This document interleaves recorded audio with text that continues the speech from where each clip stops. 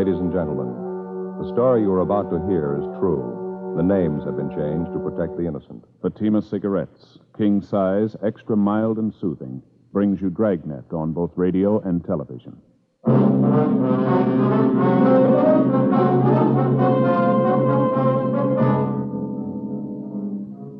You're a detective sergeant. You're assigned to forgery detail. Several small neighborhood businessmen are being victimized by a check forger. His method of operation is an old one, but the merchants continue to be swindled. Your job, get him. Friends, the name Fatima has always stood for quality. Fatimas are distinctive, with a truly different flavor and aroma. And in king-size Fatima, you get an extra mild and soothing smoke, plus the added protection of Fatima quality. Remember, in Fatima, the difference is quality. Because of its quality, its extra mildness, its better flavor and aroma, Fatima continues to grow in favor among king-size cigarette smokers everywhere. Switch to Fatima yourself today. Ask your dealer for Fatima in the bright, sunny yellow pack. King-size Fatima. The difference is quality.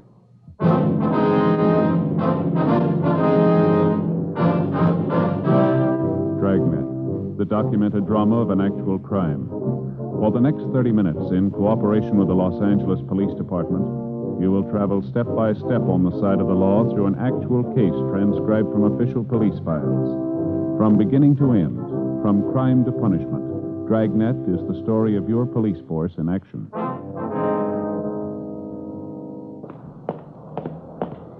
It was Tuesday, July 22nd. It was hot in Los Angeles. We were working the day watch out of forgery detail. My partner's Frank Smith. The boss is Thad Brown, chief of detectives. My name's Friday. I was on the way into work, and it was 7:50 a.m. when I got to room 29. Forgery detail. Morning, Joe. Frank, how's it going? Well, what'd I tell you? What do you mean? Well, what'd I say just last night when we signed out? I don't know. What did you say? You remember. Well, look, Frank, it's been a hot night. Looks like today's going to be hotter. No guessing games, huh? Well, that's just it. It was hot, just like I told you last night. Well, all right, you convinced me. I don't get it, but it's okay. Joe, I told you yesterday. Must have said it 5 or 6 times at least. Earthquake weather. That was the last thing I said to you before we went home. Earthquake weather. Yeah, I know. Well, I guess you'll believe me now, huh? This is what they call earthquake weather. Well, look, we're not going to go through all that again, are we? Well, Joe, you felt it, didn't you? Well, sure, I felt it. Everybody did. That doesn't put any more foundation under that old wives' tale of yours. You ought to believe it now if you never did before. I tell you, Joe, in this kind of hot, muggy weather, you get earthquakes. All right, you win. What about last July? We didn't have any then, did we? Well, not every year, no, but that doesn't change it. All earthquakes hit in this kind of weather, Joe. Oh, yeah, sure they do. Now, you tell them that up at Berkeley, you're going to change the whole seismograph theory, Frank. Well, they can't tell you when you're going to get one, only how bad it was after it hits. That's what we need up there, Joe, some kind of a gadget to tell us when. Well, why worry? You can tell from the weather. Excuse me, am I in the right place? Is there an Officer Smith around here? Yes, sir, I'm Frank Smith. What can I do for you? My name's Martin Miller. I run Marty's Mart at 6th and Benson. Beg your pardon? Marty's Mart, little grocery store at 6th Street on the corner of Benson. Oh, yes, sir. Mr. Alms from the bank sent me up to see you. Yeah, sure. This is my partner, Sergeant Friday, Mr. Miller. How are you, Mr. Sure, Miller? how you do? Alms over at the B of A called just before you got in, Joe. Said he was sending Mr. Miller over to see us. Oh, I see. Why don't you have a chair, Mr. Miller? Here. Joe, Alms says that somebody's forging Mr. Miller's checks. Your personal check, sir? No, sir, my business checks. Marty's Mart, 6th and Benson? Let's see if we have this right, Mr. Miller. Yes, sir. According to Alms, there have been 7 checks passed. They were all passed last Saturday night. Is that correct? That's what he told me, yes, sir. That's why I come down to see you, but that's not quite all. How's that, sir? Well, you see, as soon as I talked to the bank and I found out that somebody was forging my checks, I went home and told the wife about it. Yes, sir. Well, the bank tells me the man who's been doing the dirty work's a fellow by the name of Roger Theodore or something like that. Yes, that's right. That's the way we have it here. Oh, you know this man? You got him arrested already? Oh, no, sir. I mean, that's what Mr. Alms over at the bank told us. Oh, yeah, sure. I didn't think you boys would move that fast. That'd be pretty fast work there. Now, you say there were 7 checks of yours that this Theodore has forged, is that right? No, sir, that's all the bank knows about. The wife and I did a little detective work on our own. Is that right? You bet we did. Emma and me went through our checkbook, and guess what? Yes, sir. You say 7, me and Emma say 14. Well, how do you mean, sir? 14, that's how it come for you. Well, how do you mean 14? Well, the bank's only found 7 of them, but he actually stole 14 of our business checks. Well, you say you found that out after looking at your checkbook? Yes, sir. Got the figures right here in my vest pocket. Let's see here. Numbers 7,020 to 7,033 inclusive. That makes 14 checks missing all told. Well, how do you think the theft occurred, sir? He stole them right out of the back part of the checkbook. Didn't think nobody'd find that out. No, sir. What we mean is, how did the thief gain access to your checks? Do you leave them out in the open where people could get at them? Well, they're in a plain black-covered book. Emma always makes out the checks most of the time. When she's through, she generally leaves them down underneath the counter in with a size 12 paper bags. That way we always know where to find it. You know, a place for everything, so on. Mm-hmm. About when do you think the theft occurred, would you know? Well, it'll be kind of hard to tell as to the exact time. Well, when did you say you and your wife first noticed they were missing? This morning, right after we talked to the bank man. That's when I got the idea to go through the checkbook. My wife didn't think so much of the idea, but she found out I was right. Well, would you have any idea at all as to who might have taken the checks? Anyone suspicious loitering around your store or anything like that? No, I don't believe so. Emma and I know most of the people around our neighborhood. But I wouldn't think any of those folks would do a thing like this. Well, how about some transients? Somebody might have come in the store that you never saw before? No, nobody I can recall. You live in the back of the store, Mr. Miller? Yeah, how'd you guess that? Say, you fellas are real good. I was just wondering, sir, would it be possible somebody could have broken in during the night? No, sir, not a chance. No, we could have told that. Well, how about when you and your wife have lunch? Is it possible that you might leave the store unattended for short periods while both of you are in the back, maybe? Say, that's right. You ever run a store? No, sir. Hey, George, that just could have happened, all right.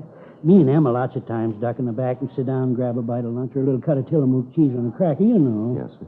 Hey, George, I'll bet that's what it could have happened, all right. And do you figure the checks were taken in the last month, or about when, would you say? Well, let's see. Must have been sometime during the last couple of weeks, if memory serves. That's about when we received our new checkbooks. Last couple of weeks. That must be it. I see. Well, we want you to give the stenographer a full report of this, sir. Here, Frank, I got the approval slip all made out. Now, if you'll be kind enough to take this slip down to room 23, the stenographer will take your report. Oh, thank you very much. We appreciate you coming in, Mr. Miller. We'll keep you informed of the developments of the case. Here's our card. If you hear anything, appreciate you giving us a call. Well, fine. Thank you very much. Yes, sir. You say you'll keep me informed of what happens on this thing? Yes, sir, that's right. Say, maybe you better talk to Emma when you call the store. That's my wife. Well, yes, sir. Won't you be there? Oh, I'll be there, all right, but she'd like to have you call her. Well, how's that, sir? Well, it's about them other missing checks. Yes, sir. I told you it was my idea. Yeah. It wasn't. It was hers.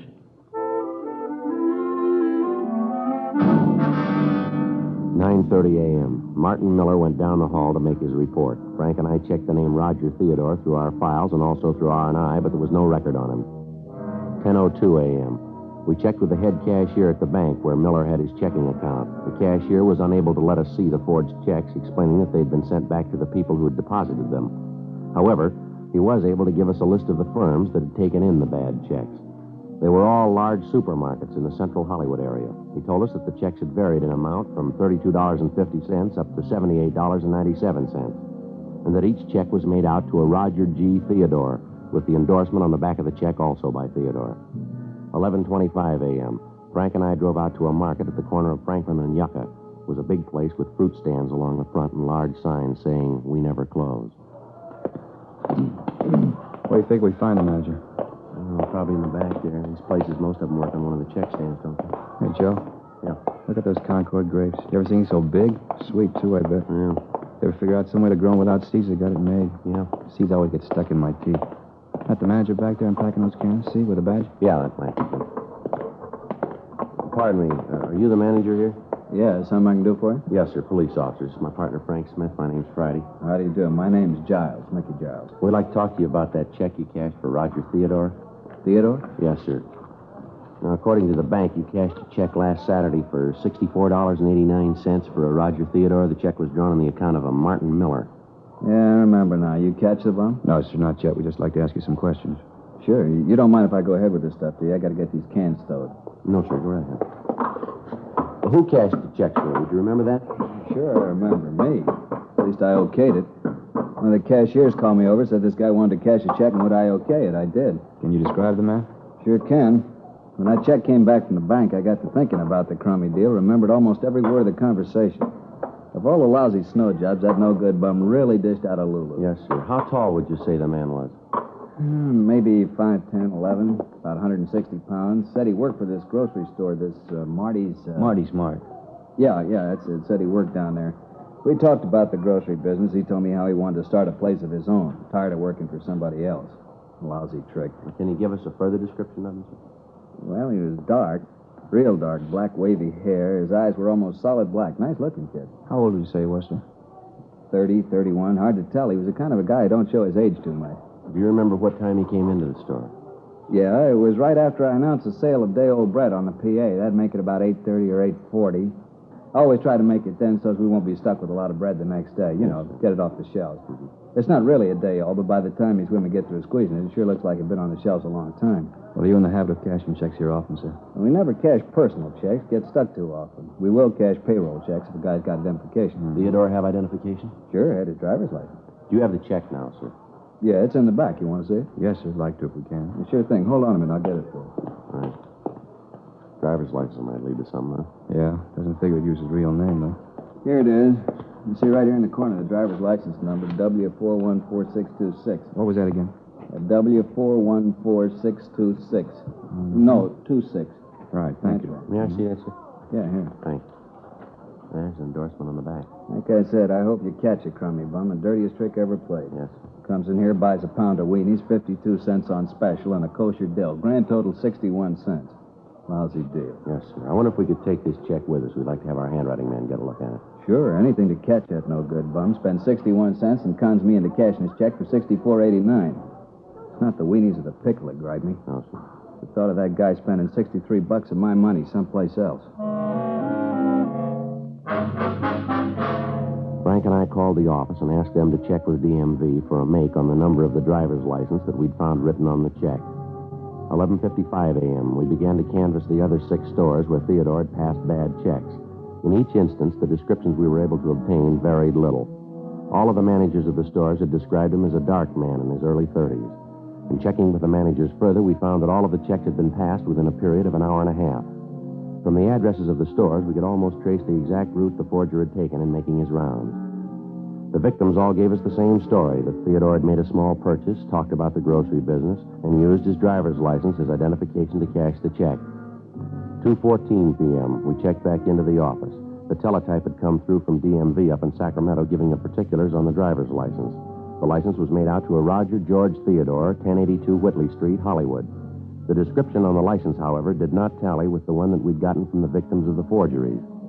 We asked DMV to send a photostat of Theodore's license to us for handwriting comparison with the forged checks that we'd been able to collect. The stats office made a run for us on Theodore's M.O. The names that they gave us were checked out but led us nowhere. 4:47 p.m., Frank and I drove out to the address listed on Theodore's driver's license. It was a large brick apartment building with a white marble entrance. We didn't find the suspect's name in the mailboxes, so we rang the bell to the manager's apartment. Yes, Mrs. Rice? that's right. Something I can do for you? Police officers, ma'am. We'd like to ask you a few questions. Police officers? Well, what's going on? Is something wrong? No, Mrs. Rice, just some routine questions about one of your tenants. Oh. Well, in that case, come in. Thank you very much. If you're police officers, I suppose you have some sort of identification. Yes, ma'am, we do. Here's my ID card. My name's Joe Friday. This is my partner, Frank Smith. I'm Violet Wright. Oh, but then you know that. Can't be too careful these days. Oh, what's it you wanted to know about? I know almost all of my tenants here. They all know me, too. Call them by their first names, and they call me Violet. I don't like formality. I never could stand it. Oh, speaking of stand, move that sewing onto the floor and sit down, young man. Oh, yes, ma'am. Thank you very much. Well, this is about Roger Theodore, Mrs. Rice. Roger?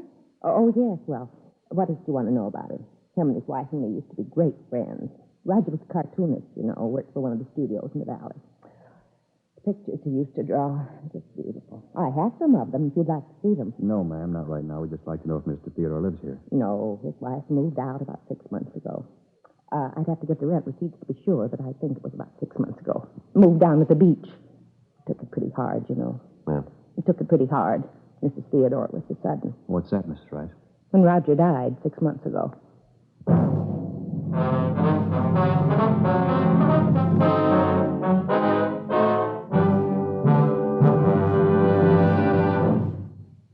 You are listening to Dragnet, authentic stories of your police force in action.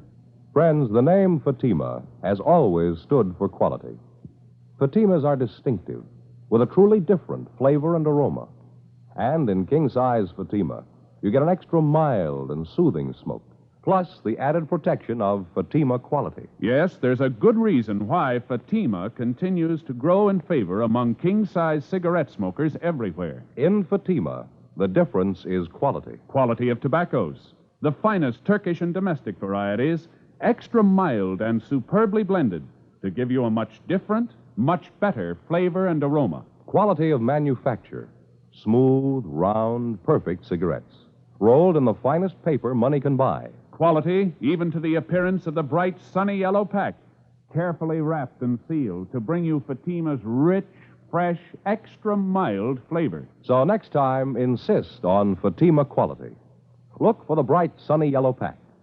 Smoke Fatima, the extra mild and soothing king-size cigarette, with the added protection of Fatima quality.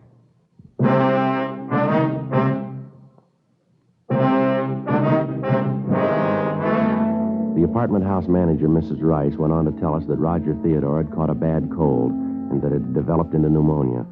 She told us that his death had been very sudden and that his passing had hit his wife very hard. We questioned her about the other tenants in the building who were friendly with the Theodores, but she was able to add little information to what we already had. The description she gave us of Theodore matched the one we'd gotten from DMV up in Sacramento, but bore little resemblance to the one we'd obtained from the supermarket managers. She gave us the address of Mrs. Theodore's beach house. 7:12 p.m., Frank and I drove up to the residence, a small white house built out over the sand. The paint was peeling off of the shutters, and a window box in front was full of dead geraniums. Mrs. Theodore was a tall woman in her late 20s. She asked us in, and we talked to her. She kept looking at the clock over the fireplace. What time have you got, Sergeant? 7:18, Miss Theodore. Seemed it was earlier than that. Now, what was it you were asking about Roger? We were wondering if you could tell us how his driver's license could have been used as identification by someone else, ma'am. No, I haven't the slightest idea. Do you have his private papers, Mrs. Theodore? Yes, most of them. They're in a strong box at the bank in town. Would his driver's license be among those papers, perhaps? I don't remember. I think so, but I can't be sure. It seems to me that I put them in the box. Just a minute. All right, fine. Just happened to think it might be in here. I put some of his things in here. Papers I didn't think were too important. Yes, ma'am. Here's his draft card, club membership card, some of his personal business cards.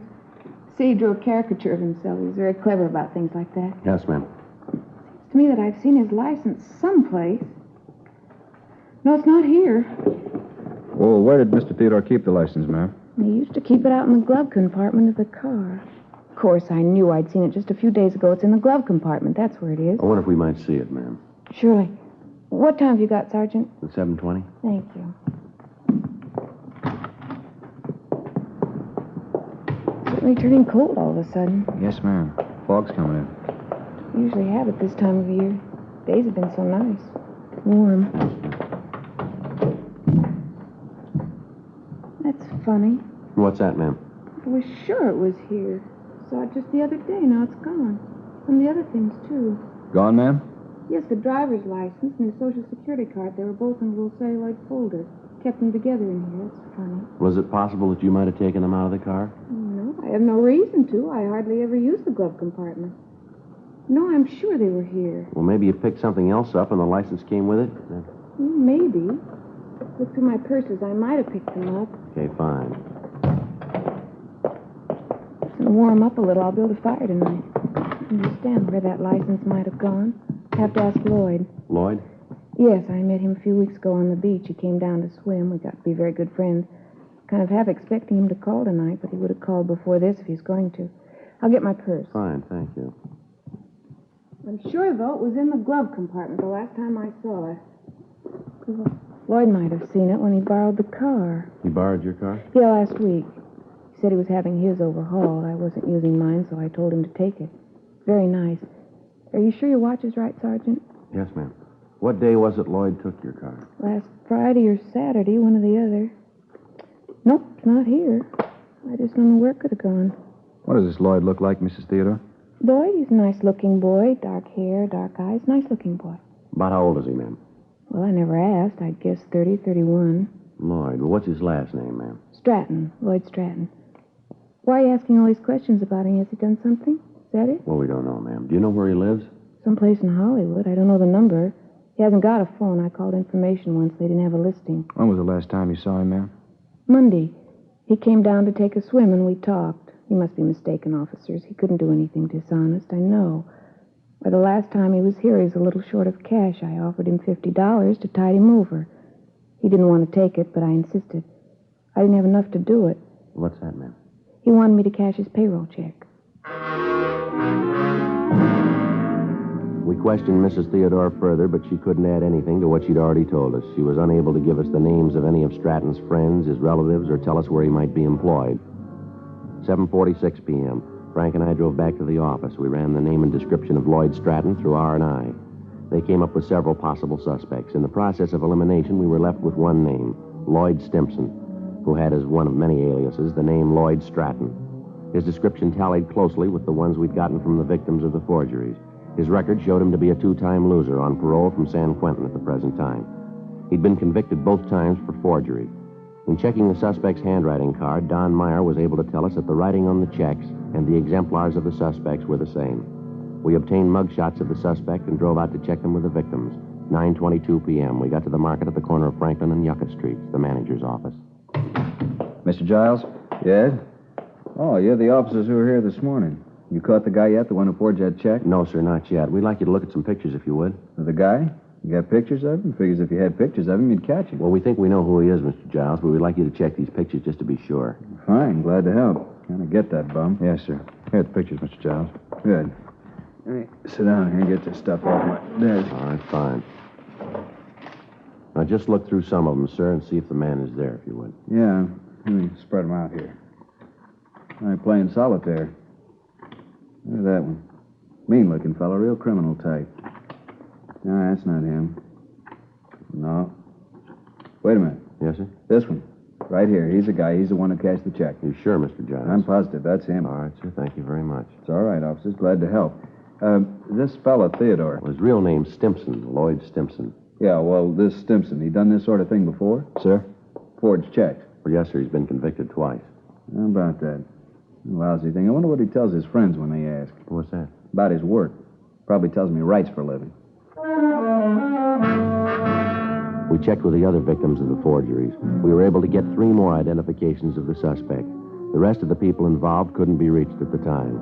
We contacted the suspect's parole officer, and he gave us his last known address, and he said that he'd give us whatever assistance he could in apprehending Stimpson, alias Stratton. In checking the address furnished by the parole officer, we found that the suspect had moved a week before and left no forwarding address. A local and an all-points bulletin was gotten out on Stratton. There were still 7 checks to be accounted for, and none of these had been reported to us as having been forged and passed. In addition to the local and the APB, we got out a special circular giving the description of the suspect, his picture, and a sample of the forged checks. It was distributed to all supermarkets and check-cashing agencies in the area. We requested that if the suspect attempted to cash one of the checks, forgery detail be notified at once, and, if possible, that he be delayed until we could pick him up. Since none of the checks had been reported since the previous Saturday night, it looked like the suspect might be waiting until the coming weekend to get rid of the other checks he had in his possession. During the following 3 days, we ran down several leads on the suspect, but none of them panned out. Saturday, July 26, 8:40 p.m. I got back to the office after seeing the one remaining victim. That you, Joe? Yeah. I just checked that place out on Melrose. They making? Yeah. Said Stratton was the guy that hung the paper on them last week. Well, that's it then. All 7 of them check out. Yeah. All the managers said they were positive. None of them had any doubt. Oh, it's hot out.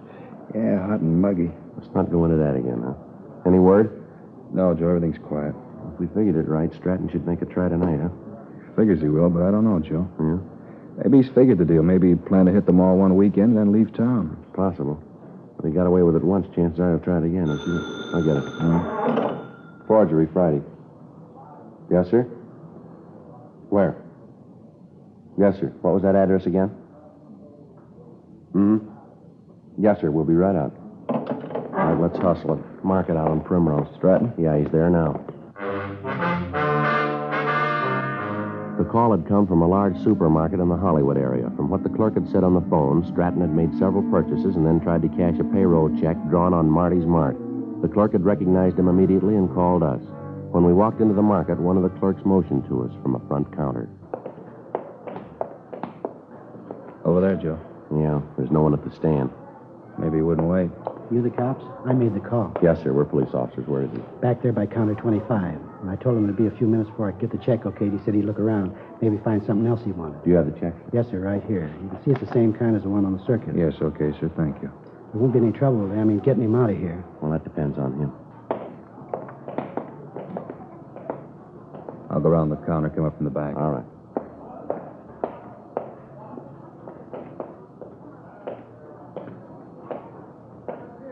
Mr. Theodore?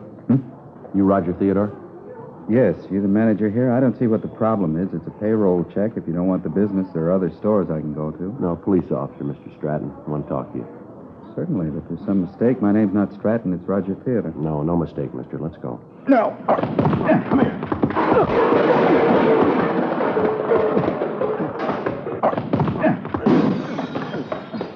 Watch it, Joe. All right, hold it up, Stratton. Watch that cart, Joe.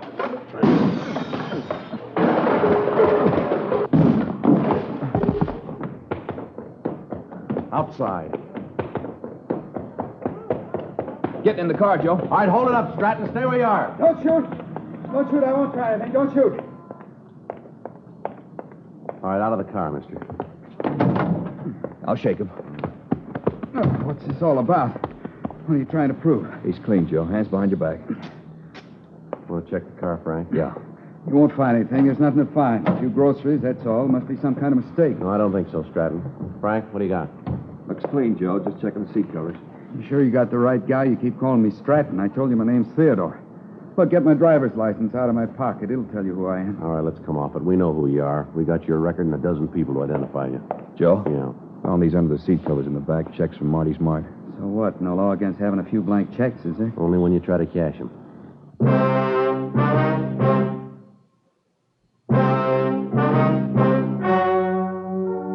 The story you have just heard was true. The names were changed to protect the innocent. On October 21st, trial was held in Superior Court, Department 87, City and County of Los Angeles, State of California. In a moment, the results of that trial. And now, here is our star, Jack Webb. Thank you, George Fenneman. Friends, there's a good reason why Fatima continues to grow in favor among king-size cigarette smokers everywhere. In Fatima, the difference is quality. Quality that gives you extra mildness and a really different flavor and aroma. That's right, Fatimas are distinctive. In king-size Fatima, you get an extra mild and soothing smoke, plus the added protection of Fatima quality. Ask your dealer for Fatima in the bright, sunny yellow pack.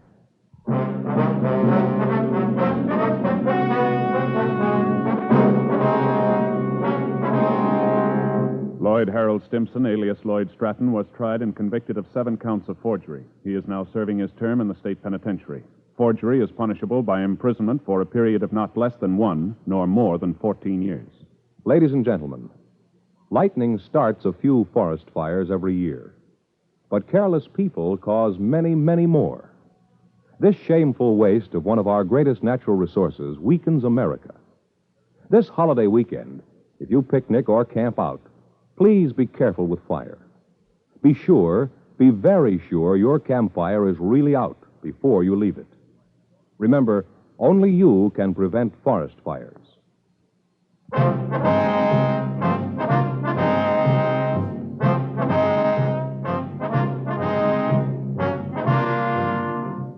You have just heard Dragnet, a series of authentic cases from official files.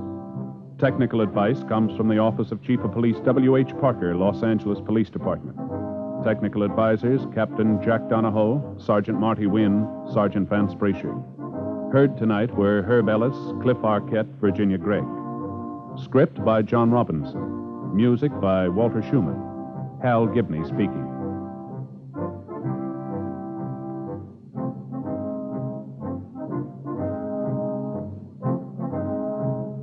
King Size Fatima has brought you Dragnet, transcribed from Los Angeles.